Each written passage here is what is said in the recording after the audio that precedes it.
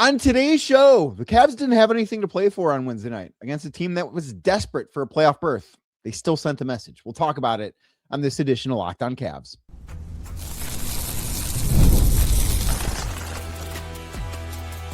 You are Locked On Cavs, your daily Cleveland Cavaliers podcast. Part of the Locked On Podcast Network, your team every day.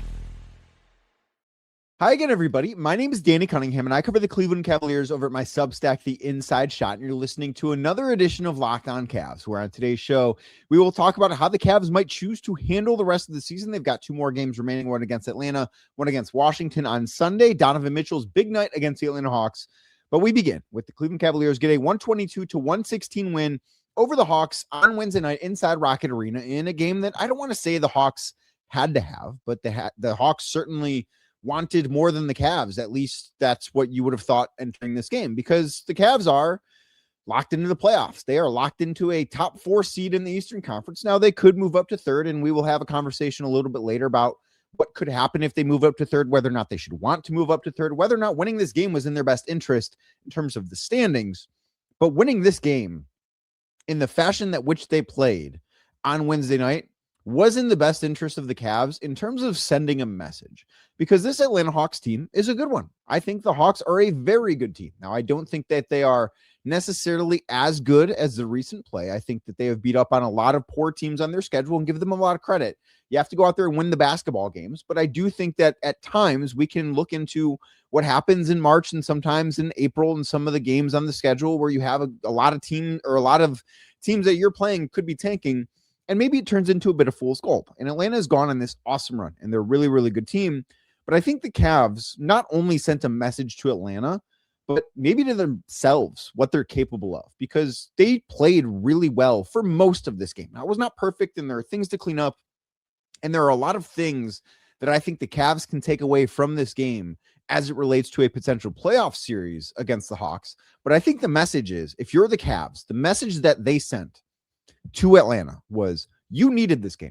If you wanted to be in fifth, you needed this game, because now Atlanta does not control its own destiny to get that 5th seed.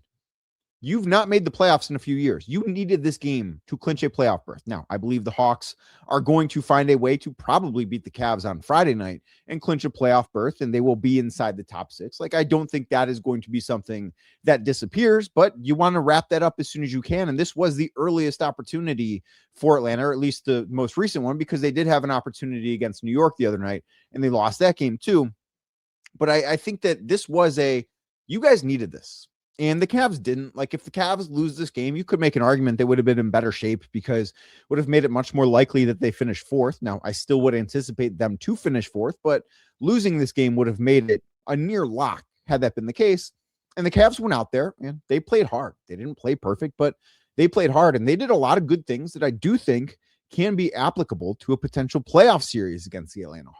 I thought that the way the starting lineup worked for the Cavs was excellent. Dean Wade was back from that ankle injury. Donovan Mitchell was back after he missed a game on Monday against Memphis with an ankle injury. Jalen Tyson not back, but I don't think that he's far off, and we could see him on Friday in Atlanta. But this was a game in which the Cavs didn't need, and they put together the starting lineup that we should probably at this point expect to see in the playoffs. And what did that starting lineup do? 8 minutes and 24 seconds together, they outscored the Hawks by 17 points. Now, the bench left some stuff to be desired, and I think that there are legitimate questions about whether or not Dennis Schroeder fits in a series against the Atlanta Hawks. He was a minus 22 in 14 minutes in this game. That's when Atlanta made a lot, and it's not all Dennis's fault. Certainly, I'm not trying to put that on him, and I do think that if Jalen Tyson were healthy and available, I'm curious, one, if the Cavs would have played 10 guys, or two, if Jalen would have played instead of Dennis, if they still wanted to play 9 and keep that rotation number at 9, because if that's the case, then I think the Cavs are even better situated for this potential matchup, and even a couple of other matchups that we're going to go into maybe a little blind if the Cavs play them. But this is I think, and one of the things too that Kenny Atkinson said after the game that resonated with me was he called it a good rep, because again, the Cavs had nothing to play for here. But they went out there and they treated this, I don't want to quite say like a playoff game, because you look at it, James Harden played 34 minutes in a playoff game. James Harden's playing 38, 39 minutes. And James didn't have some great game on Wednesday night either. Donovan Mitchell played just under 35 minutes in a playoff game like this. Donovan Mitchell's probably playing 38 or 39 minutes. Evan Mobley played 36 minutes, which might be about what he plays in a playoff game. Maybe plays 37, 38, especially with how good he was in this game because Evan was fantastic. Jared Allen played 29 minutes. I do think the knee is still bothering him a little bit, but you could see that being 31, 32. So I look at this, and Dean Wade only played 21, and he was, obviously, because he was in that starting five, he was part of the best lineup that the Cavs had, where they really tightened up defensively. Like, I thought I was really impressed with the defensive intensity that the Cavs came out with, and it did not stay that way for the full 48 minutes. Like, this was not a full, complete 48-minute effort of basketball from the Cavs. It was not. The second quarter was rough, and there were parts of the fourth quarter that were certainly rough. I thought they slipped offensively in the second quarter, and I thought that led Atlanta to get some easy offense. And then once Atlanta was getting some easy offense, they were able to really figure things out and put up 38 points. But I do think it was a good thing that that's the only quarter that the Hawks scored more than 29 points in.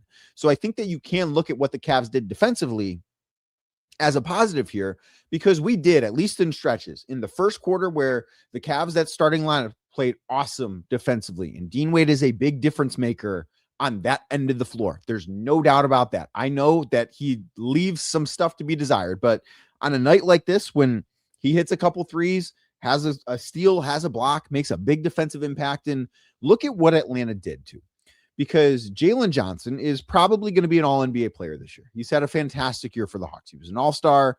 He's had a really, really good year, and he had a really bad game on Wednesday night. Now, if the Cavs see the Hawks in the playoffs, do I expect Jalen Johnson to repeat this performance 5, 6, 7, however many games that series goes? No, of course not. Jalen Johnson is a better basketball player than what Jalen Johnson showed on Wednesday night. But I also think the Cavs had something to do with it. Like, I felt as if he was uncomfortable on the floor. And I think Dean Wade was part of that. I think Evan Mobley was part of that, because you look how the Cavs lined up defensively. And I wanted to pay like extra attention to matchups throughout this game, because Atlanta plays with a non-shooter on the wing. And you will see teams obviously play with a non-shooter. I mean, the Cavs do in Jared Allen. Like, he has taken 7 threes all year. He's just a guy that you don't have to respect other than when he's setting screens more than 18 feet away from the basket. Well, Dyson Daniels is an 18% three-point shooter. Now, he made one, but if you watch the way that the Cavs defended him when he did not have the basketball, Jared Allen was his primary defender. And that meant that Donovan Mitchell or James Harden at times were defending Onyeka Okongwu, because Evan Mobley was defending Jalen Johnson or Nickeil Alexander-Walker, and Dean Wade was defending the other one. Like, that is something that I look at, say, okay, that can be part of the playoff blueprint. And then you look up Jalen Johnson's stat line, and he fouled out in 34 minutes, had 12 points, had 11 rebounds, had 6 assists, had 2 turnovers, 4 of 16 from the floor. Now, again, I would not anticipate, he probably in a 7-game series probably does not have another game that is as bad as the one he played. But I also think the Cavs can probably do a good enough job and probably have the personnel to limit him from being the all-NBA caliber player that he's been. And I don't think the Cavs need to shut him down the way that they did. I don't. But they can't let him be the guy he's been all season. And I think that the blueprint that they showed, now, I don't think that they showed all of their cards. I think there are other things, and Evan Mobley said as much after the game. And to reverse this too, the Hawks absolutely have other ways that they can attack the Cavs, that they can try and defend the Cavs. Not that I think that they really have the answers defensively against Cleveland, but they have other things that they can do that they did not show in this game. Like, I'm not going to sit here and act like the Hawks went all out and threw the kitchen sink at the Cavs and the Cavs played a vanilla basketball game. That's not true. I don't think either team played vanilla, but neither team threw everything out there in this game. I think that's probably the most fair way to put it. But I look at, and I've talked about this with the playoffs, and I talked about this on a 2 Big Questions show last week, where basically, which teams do the Cavs have solutions for? And I think the Cavs do have a lot of solutions for the Atlanta Hawks. The Hawks are a very good team. They have not won all these games by accident. They've not gone from, I believe at one point they were 10th in the East, all the way up to 5th without being good. They are a good basketball team.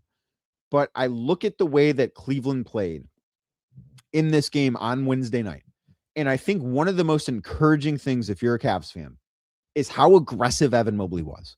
Because Atlanta has really good athletes. Dyson Daniels is an awesome athlete. Jalen Johnson, awesome athlete. Nikhil Alexander-Walker, awesome athlete and a great shooter, right?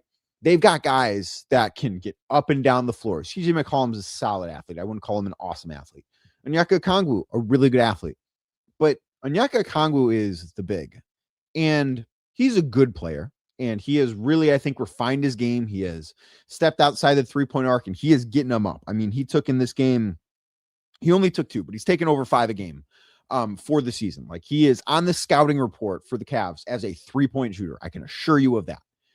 And what they don't have is somebody capable of defending Evan Mobley and Jared Allen near the basket. And that, to me, was the most encouraging thing from this game. It's not that Donovan was awesome, because Donovan was awesome, but the fact that Evan Mobley was as aggressive and as forceful as he was a really good thing. Mobley finished with 22 points and 19 rebounds in this game, also had 3 blocks, got to the free throw line 10 times. Jared Allen was good. I didn't think great. I think he's dealing with that knee injury a little bit still, and I think that's something he needs to figure out how to play through. But he had 16 points. It was only 4 of 9, and he missed a couple of shots near the basket that you would think Jared Allen would make more often than he misses. But he also got to the line 11 times. And when you see a free throw disparity like this one, and the Cavs took 35 attempts from the free throw line, and the Hawks took 15, you would probably think, oh man, James Harden worked his magic. James Harden took 5 free throws. There were 3 other starters that took more free throws than James Harden. Donovan Mitchell took 6 free throws, and he drove to the basket repeatedly. The problem that the Cavs present to the Atlanta Hawks is size on the interior, because Jared Allen took 11 free throws. Evan Mobley took 10 free throws. Jared Allen drew 7 fouls in this game. Evan Mobley drew 5 fouls on this game. And that's because the Hawks had to use smaller players to defend them. And with James Harden in Cleveland, the Cavs have been so much better at attacking those mismatches. They've been so much better at punishing switches, at being great in the pick and roll. And because of that, you're starting to see the bigs get to the line much more. Now, could James have gotten to the line more? Sure. I don't think this was like some poorly officiated game, but you see Dyson Daniels have to switch on Evan Mobley or Jared Allen. What happens? He fouls out. Jalen Johnson fouled out because he committed a couple of fouls on bigs. Like, those are things that are going to happen in this series because the Hawks don't have the size. This series, if it does happen, the Hawks really don't have the size, especially when both of them are on the floor. And I'm not sure, because of how good Evan Mobley is defensively and how mobile he is and how unique of a defender he is, I am not sure that Atlanta is going to have an answer to that. So that's why when you look at the Cavs starting lineup of Mobley and Allen and Wade and Harden and Mitchell being a plus 17 in 8.5 minutes, that's something that shouldn't come as a surprise. Now, it's not as if Atlanta is not going to try and make counters, because they will. But I look at this and say the Cavs have, I think, a pretty good blueprint if they see the Atlanta Hawks in the playoffs. And I think the Hawks probably got that message on Wednesday night in this game, because the Cavs didn't need it. And then it went out there and said, you know what, we want to see what we can do. And it was enough to build an 18-point lead. Now, they didn't close out the game very well, and give the Hawks a lot of credit for coming back. But if you're the Cavs, I think you feel really good about where you would stand in a potential series against the Atlanta Hawks based upon what happened on Wednesday night. Now, it's not all applicable to the postseason, but it was a really good night for the Cavs in that sense. Now, Donovan Mitchell, I haven't talked about him enough. He was awesome in this game. We'll talk about why he looks like a guy that's ready for the postseason, plus what he said after this one next, right here on Locked On Cavs. But first, today's show is brought to you by Wayfair. Wayday is here, and if you've been thinking about upgrading your space, this is the time to do it. We're talking about some of the best deals of the year on furniture, decor, outdoor essentials, all of it, because they've got everything that you need to refresh your home. And during Wayday, Wayfair is offering up to 80% off with fast and free shipping on everything. They make it easy to find pieces that fit your style and, most importantly, that fit your budget. Super easy to filter by size, style, price, all of it. You're not wasting time scrolling. Although if you want to scroll and see everything Wayfair's got, Wayfair has it all. The chair I'm sitting in right now, guess where I got it? I got it at Wayfair. The desk that my computer is on right now, and this microphone is on right now, I got it at Wayfair. The nightstand in our bedroom, the dresser in our bedroom, it's all from Wayfair. It's all awesome. I have been so happy with the products that I got from Wayfair, and you'll be happy too. So what you need to do is you need to take advantage of Wayday because it's the sale to shop the best deals in home. We're talking up to 80% off with fast and free shipping on everything. Head to wayfair.com April 25th through the 27th. So we're giving you time to prepare here to shop Wayday. That's wayfair.com, Wayfair.com. Wayfair, every style, every home. Today's show is also brought to you by Game Time. There's nothing like being in an NBA arena. I got to say, Rocket Arena on Wednesday night, I didn't know what to expect from the crowd because I didn't know just like where things stood at the moment. Like we're waiting for the playoffs. I think everybody, the Cavs, the fans, everybody's ready for the postseason to be here. I wasn't sure how much juice there was going to be for a Wednesday night game against the Atlanta Hawks, but Cavs fans brought it, man. The energy was great. The crowd was fantastic, and you wanted to be in the building. Now, you're going to want to be in the building on Sunday when the Cavs wrap up the schedule for the regular season, taking on the Washington Wizards, and then game one of the first round of the playoffs, going to be in Rocket Arena next weekend. You're going to want to be in there. How do you get in there? Well, Game Time is the way to go. Pull up the Game Time app, pick an upcoming NBA game. Again, playoffs are right around the corner. You can have tickets locked in with minutes. You'll see the all-in price up front, so you're not going to have surprise fees at checkout. Plus, you will also be able to see your view from your seat before you're buying to help make that decision even easier. So take the guesswork out of buying NBA tickets with Game Time. Download the Game Time app, create an account, and use the code LOCKEDON for $20 off your first purchase. Again, download the Game Time app, create an account, and use code LOCKEDON. That is LOCKEDON for $20 off that first purchase. Download the Game Time app today. And remember, it's gametime.co, not .com. Thank you again for making this edition of Locked On Cavs your first watch on YouTube or your first listen every single day. And if you do make this show your first listen every single day, well, then the Everydayer Club is for you. You get ad-free versions of the show plus exclusive Discord access as well. You can sign up at the link in the show notes if you would like to learn more. Donovan Mitchell, to me, on Wednesday night, looked like a guy that is ready for the postseason to get here. So Donovan finished with 31 points on 12 of 19 shooting, 1 of 4 from 3, which we'll get to that, but that is an important thing. 6 of 6 from the free throw line, had 7 boards, had 4 assists, did turn the ball over twice, had a block. But the thing that tells me that Donovan is ready for the postseason, it's not the stat line. It's not the 31 points. It's not the awesome efficiency. It's the 4 3-pointers. Because Donovan is a guy that gets him up. He's a very good shooter. He is somebody the Cavs want shooting a lot of threes, but he can, at times, I think, take too many of them. Donovan Mitchell, especially with how the Cavs are constructed right now, with James Harden in the fold, with Evan Mobley playing the way that he's playing right now, with all the shooting the Cavs have, if you think about it, with Sam Merrill and Max Strus and Keon Ellis, Dean Wade, James Harden, even as a shooter. You think about those guys, Jalen Tyson, when he gets back. You think about all that, and you think, okay, well, who can get to the basket? And there's nobody on the team that is better at getting to the basket than Donovan Mitchell. And that's why this game from Donovan was so encouraging, because he only took 4 threes, because he took 15 twos in this game. And I have not gone through all of his game logs and looked at the ratios in terms of 3-pointers to 2-pointers and how that all works. But this is one of the games where he got downhill so frequently. Didn't matter who was defending him. And you would think on paper that the Hawks have guys built to defend Donovan Mitchell. Dyson Daniels, really good defender. Jalen Johnson, solid defender, right? You would think that they would be able to throw some different things at Donovan. It didn't matter. And I think that is why there are a lot of reasons to be encouraged about this Cavs team going into the playoffs. Because if you listen back to Wednesday's show where I had Anthony Lima from 92.3 The Fan on, and we talked about Donovan and maybe him saving a little something for the playoffs, I think that this was sort of confirmation of that. And after the game, Donovan was asked about getting downhill to the basket because you look and he only took 4 threes. I mean, the 1 3 he made was an end of shot clock one. It was kind of a 9-1-1-3 that I don't know that he's taking in a normal circumstance.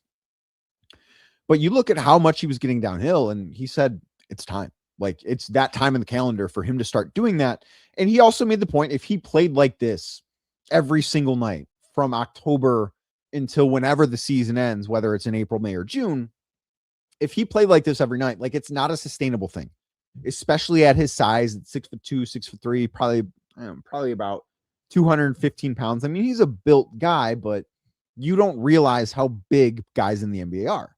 And this is not something that he would be able to do 70 times in the regular season and then another 20 times in the playoffs. It's just not a feasible thing, but he can do it in the playoffs. And I think that what we saw from Donovan on Wednesday night is really important to who he can be when the postseason gets here, because the Cavs need, no matter what James Harden looks like, or Evan Mobley looks like, or Jared Allen, or Dean Wade, Sam Merrill, Max Strus, like I can go on and on down the list. They need those guys to be good, but they need Donovan Mitchell to be great. This is a team that is built for Donovan Mitchell to be its best player. Now, the better Evan Mobley is, the better James Harden is, the less that's on Donovan Mitchell's shoulders, but he needs to go out there. And I do think he is capable, especially in the Eastern Conference, of being the best player on the floor in every series the Cavs play. And if he plays the style of basketball that he played on Wednesday night, is he going to be that efficient every night? No, he's not going to go 12 of 19 from the floor every night. He's going to have nights where he takes more than 4 threes, but guess what? He's also going to have nights where he hits 3, 4, 5, 6 of them in a game. And that's when you're going to see him go off for 45. But the Cavs need Donovan to be a guy that can get downhill, that can get to the basket, that can do the things that he did with immense success against the Atlanta Hawks. He was easily the best player on the floor in this game. And if these two teams match up in a series, Donovan Mitchell easily is the best player on the floor in that series. And when he's playing the type of basketball that he played on Wednesday night against Atlanta, I'm not going to sit here and say the Cavs are unbeatable, because we know that's not true. But they're a lot tougher to beat than when he's playing some regular season style of basketball that we've seen. It's not to say that he's not an awesome player even then, but he's a better player when he plays the way that he played on Wednesday night. And I think that even more so than the win, than the message sent, than all the things I talked about in the first segment, that is the best thing to come out of this game on Wednesday. And two, if you were worried about the ankle injury, he looked great, right? Like he moved around well. He looked explosive. There was nothing physically that you could look at with Donovan and say, you know what, he could have been better there. Like he wasn't perfect. Nobody is, but he was really, really freaking good in this game. And I didn't think James Harden was great. James was 6 of 23. I thought he missed a lot of looks at the rim that we are used to seeing James Harden make. And that just is what it is. I don't think that there's reason to be concerned. And like I said, the Hawks have some good defenders on the perimeter. They do. But I don't think that they have the ability to, and give them credit, right? Like they had the same way the Cavs had something to do with Jalen Johnson's bad night. The Hawks had something to do with James Harden's bad night. They didn't let him get to the free throw line. Only took 5 free throws. 3 of them came on a fouled 3-pointer, which I could see coming from a mile away. That was the play Jalen Johnson fouled out on. And I think everybody could see that coming from a mile away, that was going to happen, except for Jalen Johnson, I guess. But James didn't get to the line. The Hawks did a good job defending him. They did a good job not fouling him. He needs to finish around the basket better. Confident that he will. But they can't stop both Donovan and James. And that is why I think that coming out of this game, if you're a Cavs fan, you should be really, really confident. I did want to say, too, a little bit more on Evan Mobley. Like the 19 rebounds, awesome. I think that this is the game that we need to see more of from Evan. And especially in a matchup like this, where, again, Onyeka Okongwu, good player. I'm not going to sit here and say that he's in the same caliber of guys that I've talked about in the past, that Evan should be disrespected, that teams have the gall to defend him with. Onyeka's a good player. I'm not doing that. But this is a matchup Evan should consistently win. And he wiped the floor with Okongwu on Wednesday night. And that is really important that he did that. So those are just some very important things to take away from this game. Now, there's stuff happening on Thursday that we need to talk about, because the Cavs are probably going to finish 4th, but they could move up to 3rd. We'll talk about that next right here on Locked On Cavs. But first, today's show is brought to you by Indeed. Workplace chaos, deadlines, stacking up your inbox, probably overflowing, and the one position that you have to fill still sitting open. Well, when the pressure's on and you need the right hire, this is a job for Indeed Sponsored Jobs. Indeed Sponsored Jobs helps you reach the people who actually fit what you're looking for. Skills, experience, location, all of it. So you're not just hoping that the right candidate stumbles across your post. And here's a stat that says it all.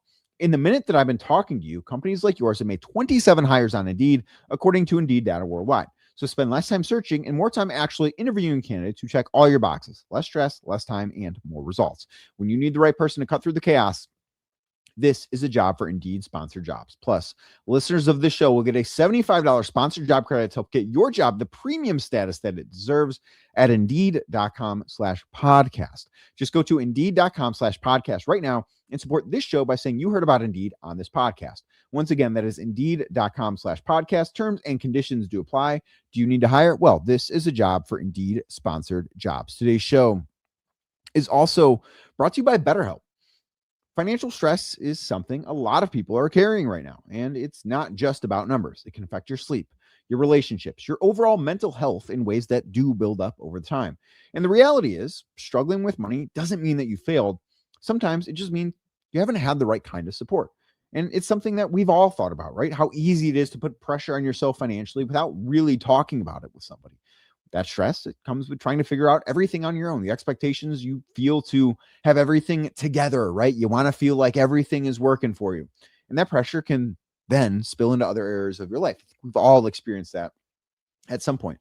And going to therapy isn't about getting financial advice. It's about working through the stress, the anxiety, and the emotions that do come with it. And with over 30,000 licensed therapists and more than 6 million people served, BetterHelp makes it easier to get matched and start focusing on what you need.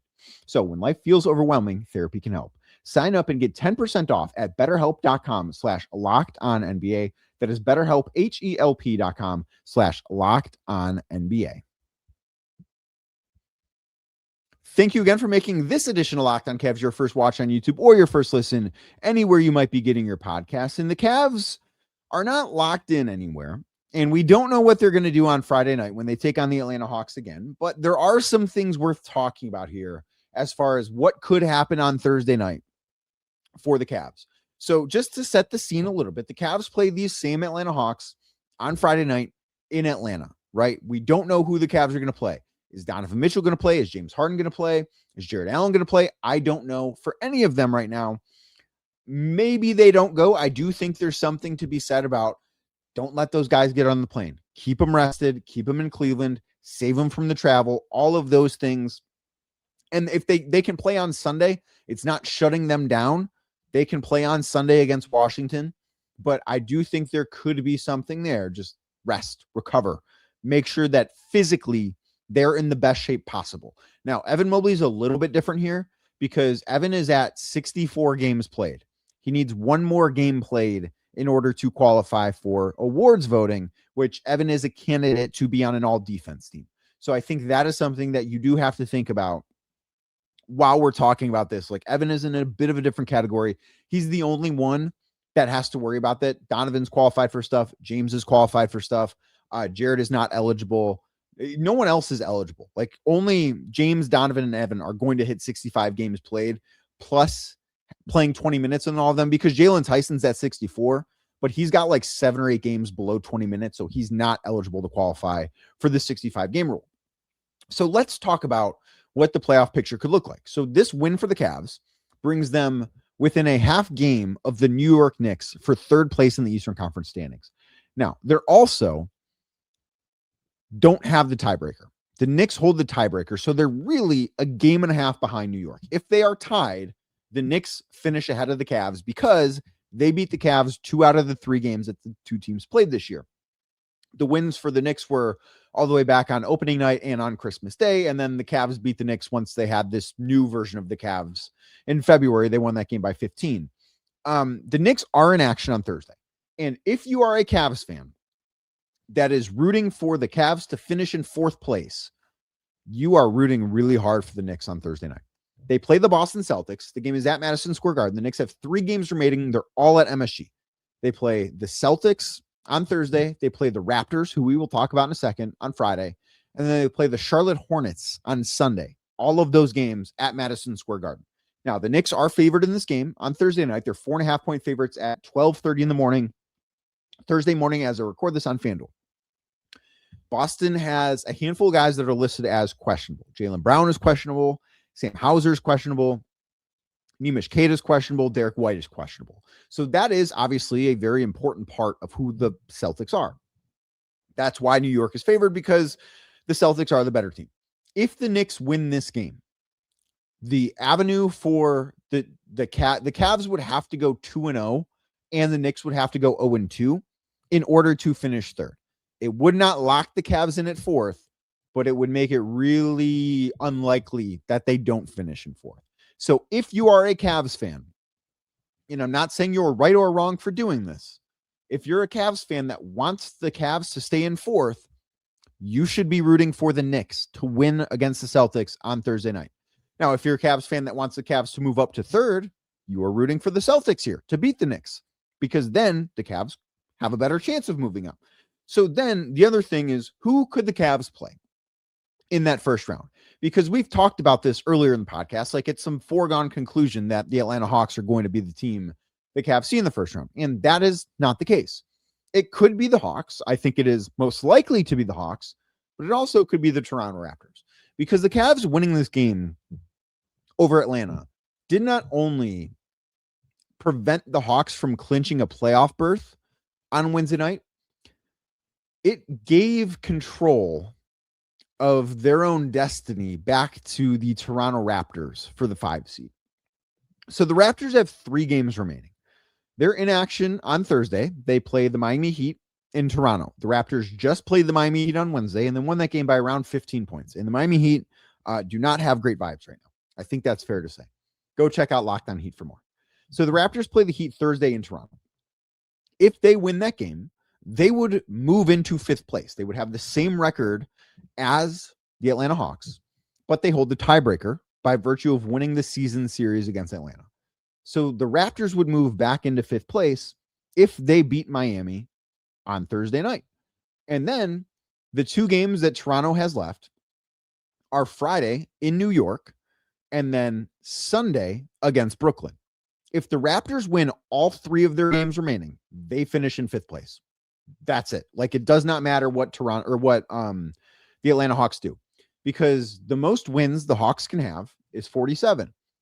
If the Raptors win out, they will finish with 47 wins. And if that's the case, like I said, if it's only a 2-team tie, which I believe that's all it can be, because everyone below them has 36 losses, which means they can only win 46 games, because that's how math works.